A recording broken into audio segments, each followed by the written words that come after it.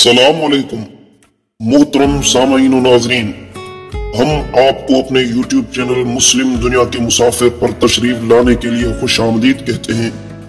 آج ہم جانیں گے شمالی افریقہ کے ایک عظیم مسلم ریاست الجزائر کے بارے میں۔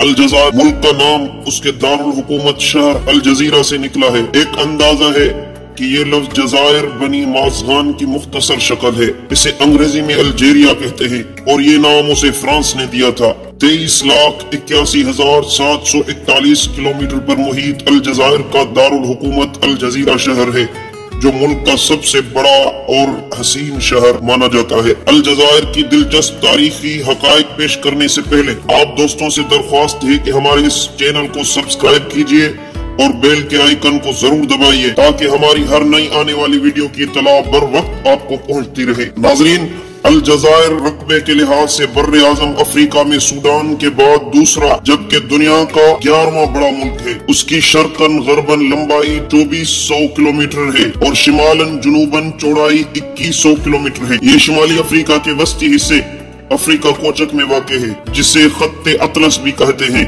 ملک کا 85% رقبہ صحرائی ہے۔ مشرق سے مغرب کی جانب کو پھیلے ہوئے کوہ اطلس کی دو پہاڑی سلسلے الجزائر کو 3 قدرتی حصوں میں تقسیم کرتے ہیں۔ شمالی کوہ اطلس اور بحیرہ روم کے درمیان الجزائر کا ساحلی میدان ہے، جو نہایت زرخیز اور گنجان آباد ہے۔ اس ساحلی میدان کی آب و ہوا بحیرہ رومی ہے، یعنی گرمیوں میں سخت گرمی، سردیوں میں بارش کے سبب معتدل۔ الجزائر کا وسطی علاقہ سطح مرتفع ہے، جو سطح سمندر سے 3000 فٹ اونچا ہے۔ ملک کا جنوبی حصہ ایک وسیع ریگستان ہے۔ بحیرہ روم کے ساتھ اس کے ساحل کی طوالت 998 کلومیٹر ہے۔ الجزائر کی تاریخ کافی پرانی ہے۔ اس کا آغاز تقریباً 9ویں صدی قبل مسیح سے ہوتا ہے۔ الجزائر زمانہ قدیم میں شمالی افریقہ کے اس حصے میں شامل تھا جو اہل فونشیا کے زیر تسلط تھا۔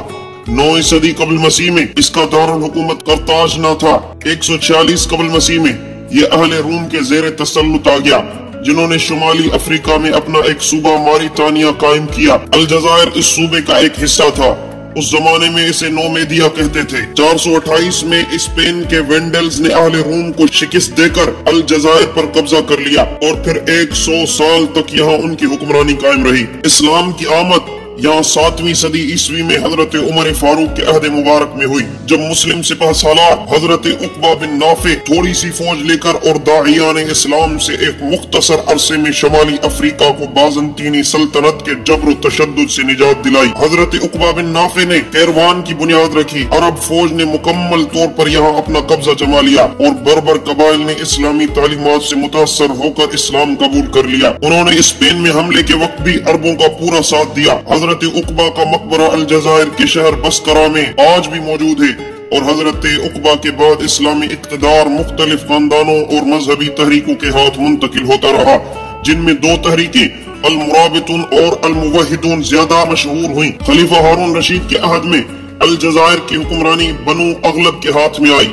9ویں صدی میں فاطمی اقتدار قائم ہوا۔ 10ویں صدی عیسوی میں بنو زیری فاطمیوں کے سب سے مفید اور کارآمد رفقائے کار بن گئے۔ فاطمیوں کے پہلے گورنر یوسف ابن زیری نے 972 میں مکمل خود مختاری حاصل کر لی۔ 1170 میں ایک بربر محمد ابن تومرت نے مذہبی اصلاح کی ایک اور تحریک شروع کی جو الموحدون کے نام سے مشہور ہوئی۔ 1511 میں ہسپانیوں نے الجزیرہ شہر کے قریب ایک جزیرے پر قبضہ کر لیا۔ یہ جزیرہ الجزیرہ بندرگاہ سے 300 گز کے فاصلے پر ہے۔ اس پر ہسپانوی فوج نے ایک مضبوط قلعہ بنا کر توپیں نصب کر دی، جن کا رخ بندرگاہ کی طرف تھا۔ عروج باربروسا نے الجزائریوں کے درخواست پر یہاں اپنی حکمرانی کا اعلان کر دیا۔ ہسپانیوں نے 6 ماہ تک تلمسان کا محاصرہ جاری رکھا۔ آخر 1518 میں عروج کی شہادت کے بعد اس کے بھائی اور ترک امیر البحر خیر الدین باربروسا نے ہسپانیوں کو یہاں سے نکال باہر کر دیا اور مفتوحہ علاقے سلطنت عثمانیہ کے حوالے کر دیے۔ عیسائیوں کی بحری ہنگامہ آرائیوں کے تدارک کے لیے یہاں ایک اور مسلم بحری بیڑا تیار کیا گیا۔ اس کے بعد الجزائر عثمانی سلطنت کا ایک حصہ بن گیا۔ عثمانی ترکوں کی طرف سے الجزائر میں پاشا حاکم مقرر ہوتے تھے، جن کی میعاد حکومت صرف 3 سال ہوتی تھی۔ اس لیے ترکوں کو الجزائر کے نظم و نسق کی درستگی کا موقع نہ مل سکا، حتیٰ کہ آہستہ آہستہ الجزائر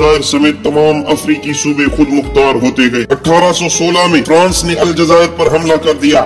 بعد ازاں 1830 میں باقاعدہ اعلان جنگ کر دیا۔ اس جنگ کے اسباب بھی عجیب اور دلچسپ تھے۔ حکومت فرانس نے اپنی طوائف الملوکی 1795 سے 1799 کے زمانے میں الجزائر سے گیہوں خریدے تھے، جن کی قیمت 70 لاکھ فرانک سے زیادہ تھی اور 20 سال سے بھی زیادہ عرصے تک یہ قیمت ادا نہ ہوئی۔ 1819 میں حکومت الجزائر اور حکومت فرانس کے درمیان معاہدہ ہو گیا کہ واجب الادا رقم قسطوں میں ادا کر دی جائے گی، اور 1821 سے قسطیں ادا ہونے لگی، لیکن یہ عہد بھی فرانس نے پورا نہ کیا۔ الجزائر کے حاکم حسین پاشا نے چارلس دہم کو رقم کے متعلق خط لکھے، لیکن کوئی جواب نہ آیا۔ 1828 میں جب فرانس کا سفیر حسین پاشا کے پاس آیا تو پاشا نے خط کا جواب نہ دینے کی شکایت کی۔ سفیر نے تمام سفارتی اور اخلاقی آداب بالائے طاق رکھتے ہوئے کہا کہ ہمارے بادشاہ سلامت اس شخص کو براہ راست مخاطب نہیں کرتے جو درجے میں ان سے فروتر ہو۔ اس پر حسین پاشا کو اتنا تیش آیا کہ ہاتھ میں جو پنکھا تھا وہ سفیر کے منہ پر دے مارا۔ بس اس واقعے کو بہانہ بنا کر فرانسیسی بیڑے کو حکم ملا کہ بندرگاہ پر الجزائر کا محاصرہ کر لیا جائے۔ پھر 1830 میں باقاعدہ حملہ کر دیا گیا۔ عین اس موقع پر سید محی الدین الحسین نے فرانس کے خلاف علم جہاد بلند کر دیا۔ اس تحریک کو سید موصوف کے فرزند ناصر الدین عبد القادر الحسین نے سنبھال لیا اور 1847 تک فرانس کے خلاف زبردست جہاد جاری رکھا، جس نے الجزائر اور امیر عبد القادر الجزائری دونوں کو عالمی شہرت کا مرکز بنا دیا۔ 2 مرتبہ حکومت فرانس نے مجبور ہو کر امیر عبد القادر سے صلح کی اور دونوں مرتبہ بدعہدی کر کے نئے سرے سے جنگ چھیڑ دی۔ فرانس نے چھوٹے چھوٹے امراء اور رؤساء کو لالچ دے کر اپنے ساتھ ملا رکھا تھا۔ حکومت فرانس کی ایما پر شاہ مراکش نے بھی اپنے ملک کے دروازے امیر عبد القادر پر بند کر دیے۔ اس طرح مجبور ہو کر 1847 میں امیر نے اس شرط پر صلح کر لی کہ امیر کو ما اہل و عیال اسکندریہ جانے کی اجازت دے دی جائے گی۔ حوالگی کے بعد معاہدے کی صریح خلاف ورزی کرتے ہوئے فرانسیسی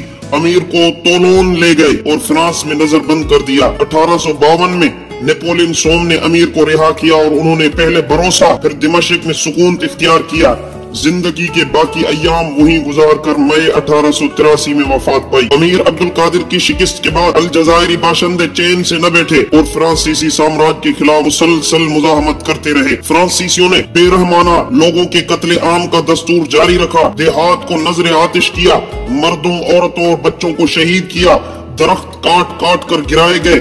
1871 میں فرانس کو جرمنی کے ہاتھوں شکست ہوئی تو لوگوں کو امید بندھی کہ اب آزادی قریب آ رہی ہے۔ چنانچہ ایک دفعہ پھر قوت سے تحریک مزاحمت اٹھی، لیکن فرانس نے بھی پوری قوت سے اس تحریک کو کچل دینے میں کوئی کسر اٹھا نہ رکھی۔ 10 لاکھ فرانسیسیوں کو الجزائر کی بہترین زرخیز زمینوں پر آباد کر دیا گیا۔ اصلی باشندے تو غربت، بیماری، جہالت کے عذاب سہتے رہے اور غیر ملکی آبادگار اپنی سامراجی پالیسی کے عین مطابق یہاں فصلیں اٹھا کر نقدی فرانس بھیجنے لگے۔ مشہور مصنف جان کنتھر لکھتا ہے کہ تقریباً 70 فرانسیسی جاگیردار 50 لاکھ ایکڑ کے مالک تھے۔ بینکاری، جہاز رانی، کانے، ذرائع نقل و حمل، مواصلات، زراعت، صنعت اور حرفت، ان سب پر فرانس کا عملی کنٹرول تھا۔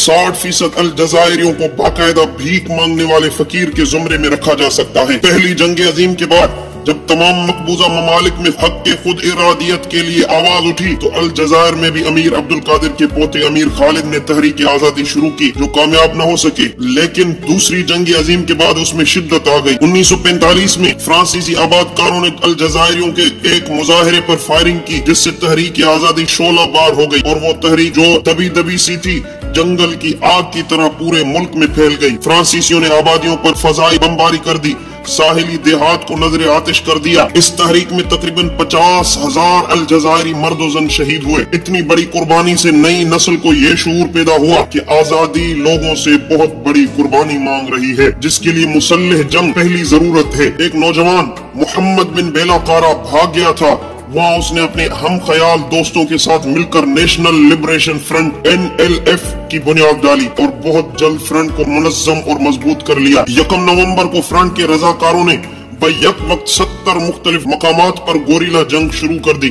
اس مسلح انقلاب کے بعد فرحت عباس جیسے آئین پسند رہنما بھی اس میں شامل ہو گئے۔ 1956 22 اکتوبر کو فرانس نے بین الاقوامی قانون کی خلاف ورزی کرتے ہوئے وہ طیارہ اغوا کر لیا جس میں محمد بن بیلا اور 4 دوسرے حریت پسند لیڈر سفر کر رہے تھے اور لیڈروں کو قید میں ڈال دیا گیا، لیکن گوریلا جنگ جاری رہی جس میں 10 لاکھ الجزائریوں نے جام شہادت نوش کیا۔ 5 لاکھ سے زیادہ ہجرت کر کے تیونس یا مراکش چلے گئے، شاید ہی کوئی مسلم گھرانہ صحیح سلامت بچا ہو، لیکن جنگ جاری رہی۔ 1957 میں الجزائر میں تیل دریافت ہوا تو فرانس کے منہ میں پانی بھر آیا اور اس نے الجزائریوں کی جنگ آزادی ہر قیمت پر کچل دینے کی ٹھان لی۔ 1958 میں قاہرہ میں آزاد عبوری الجزائری حکومت قائم کی گئی جس کے عارضی صدر فرحت عباس مقرر ہوئے۔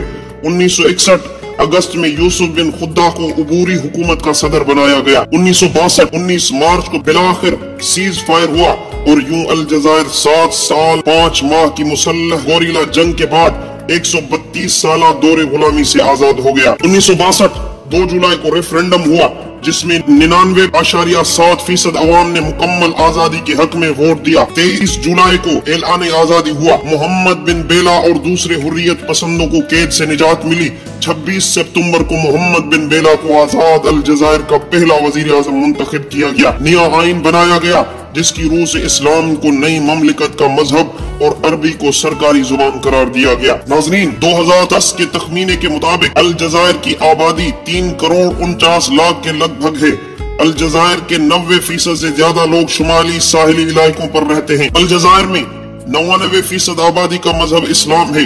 تقریباً سارے افراد سنی العقیدہ مسلمان ہیں۔ الجزائر میں 2.5 لاکھ عیسائی بھی رہتے ہیں۔ الجزائر کا عربی کے لیے اپنا لہجہ ہے جو کہ 78% سے زائد لوگ بولتے ہیں۔ بہت سارے بربر الجزائری عربی کو ثانوی زبان کے طور پر بولتے ہیں۔ عربی کو واحد سرکاری زبان کا درجہ حاصل ہے۔